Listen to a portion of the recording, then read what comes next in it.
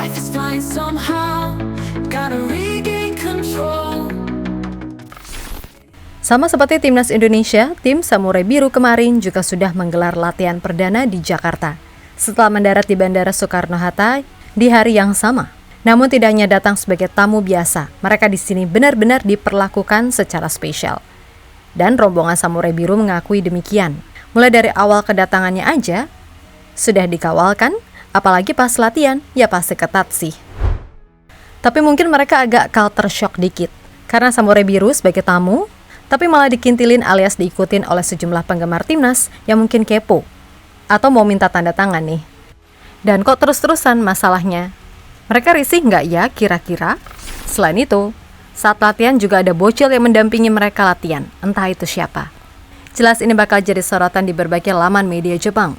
Lantas, bagaimana culture shock skuad Samurai Biru saat di Indonesia? Let's go kita ulas semuanya. Change is never waiting, don't you hesitate. Time to back away, find another way. In this game we play, gonna seize the day.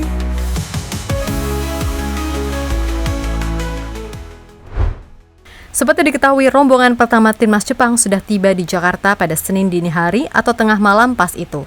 Dan ini termaksudnya barenglah dengan datangnya kloter pertama skuad Garuda, sementara bintang-bintang utama mereka seperti Minamino, Mitoma, Kadama Daichi, Zion Suzuki, Koki Ogawa, hingga sang kapten Wataru Endo sudah mendarat dan bergabung di Jakarta pada Senin sore.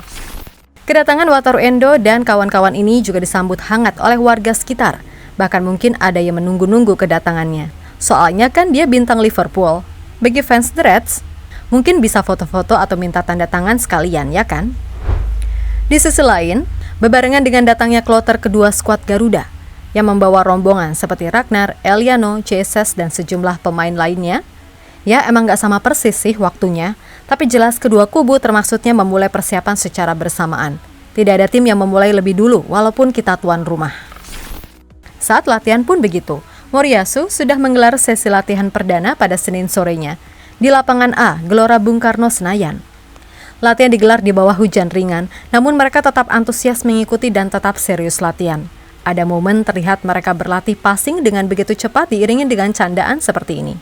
Find another way, in this game we play, gonna seize the day.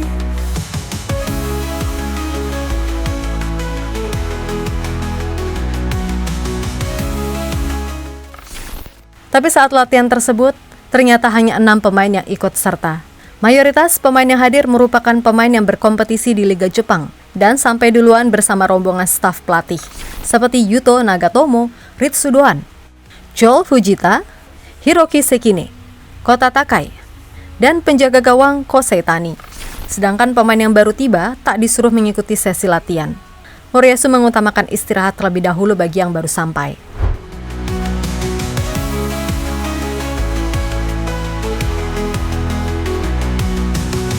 Voices all around me, whispers through the crowd. Don't let them surround me, gonna speak out loud. Walaupun yang bermain masih sedikit, nyatanya fans-fans tanah air sudah kepo dengan sesi latihan Samurai Biru. Sudah banyak wartawan yang menghubungi untuk sekedar menyaksikan latihan perdana tersebut atau bahkan merekam atau memotret. Selain itu para fans pun juga ikut-ikutan dong pastinya. Jelas ini menimbulkan pertanyaan bagi pemain-pemain Jepang. Soalnya kan ini hanya latihan basic saja cuy. Kok udah dipantau gini? Di satu sisi, timnas Indonesia sendiri sedang latihan perdana.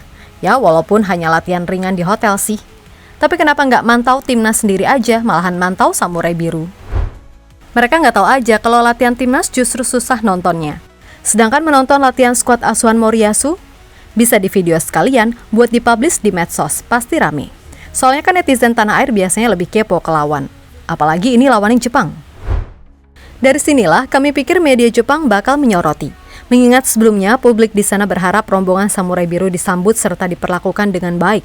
Karena ini kali pertama skuad negeri Sakura away ke Nusantara. Jadi memang tidak ada salahnya jika mereka berpikir demikian. Dan nyatanya terbukti. Kita memperlakukan mereka dengan sebaik mungkin. Bahkan mereka bagaikan tuan rumah yang membuka pintu rumahnya lebar-lebar dan menyambut tamu dengan senyum dan menyediakan segala yang terbaik yang dimilikinya tanpa membedakan siapapun yang datang.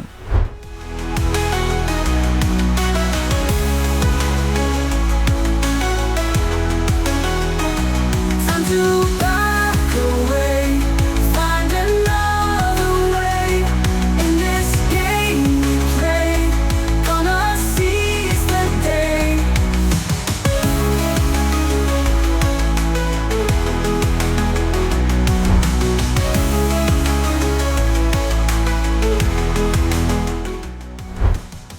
Kalau negeri sendiri, mungkin timnas Jepang jarang merasakan kemacetan karena ya transportasi publik di sana sudah tertata rapi. Saat datang ke Indonesia juga awalnya mereka tak merasakan ada kemacetan karena saat tiba tepat di tengah malam, yang mana kendaraan masih sepi lah, dan itu juga dikawal oleh sejumlah aparatur negara. Namun kini, rombongan anak asuh Moriyasu nampaknya mulai merasakan ada yang berbeda. Soalnya pas berangkat latihan dari hotel menuju Senayan, harus menggunakan bus tanpa kawalan. Dan ternyata benar, bis yang ditumpangi tim Samurai Biru sampai terjebak macet. Bisa dilihat dari rekaman yang beredar, bis berwarna merah tersebut berjalan lambat. Ya memang nggak macet parah coy, masih bisa jalan lah, tapi jalannya lambat banget loh dan panjang lagi. Voices all around me, whispers through the crowd. Don't let them surround me, gonna speak out loud. Past mistakes are fading, new paths we create. Change is never waiting. Saat sesi latihan perdana tadi, ada yang cukup menarik perhatian fans Garuda nih teman-teman. Soalnya kayak ada yang aneh gitu, di mana ada seorang anak kecil ikut sesi latihan bersama timnas Jepang. Ia terlihat mengenakan jersey yang sama dan ikut menendang bola juga. Jelas ini semua bikin kita salfok nggak sih? Soalnya, siapa dia ini? Nggak sengaja kebawakah dari Jepang? Atau jimat timnas Jepang si bocil ini? Bukan ya teman-teman, bercanda doang. Entahlah siapa, tapi menurut kami, itu pasti anak dari salah satu staf timnas Jepang. Itu yang paling masuk akal ya kan?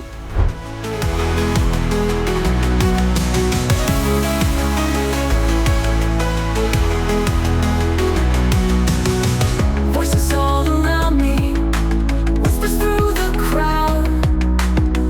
Don't let them surround me, gonna speak out loud. Yap, itulah tadi berbagai kegiatan timnas Jepang di Indonesia. Yang mungkin seperti sedikit culture shock sih. Tapi gimana ya, budaya kepo warga Indonesia memang tinggi. Dan selagi tak mengganggu tim tamu, kami pikir tak apa sih.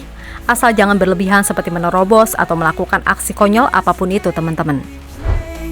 Gonna seize the day.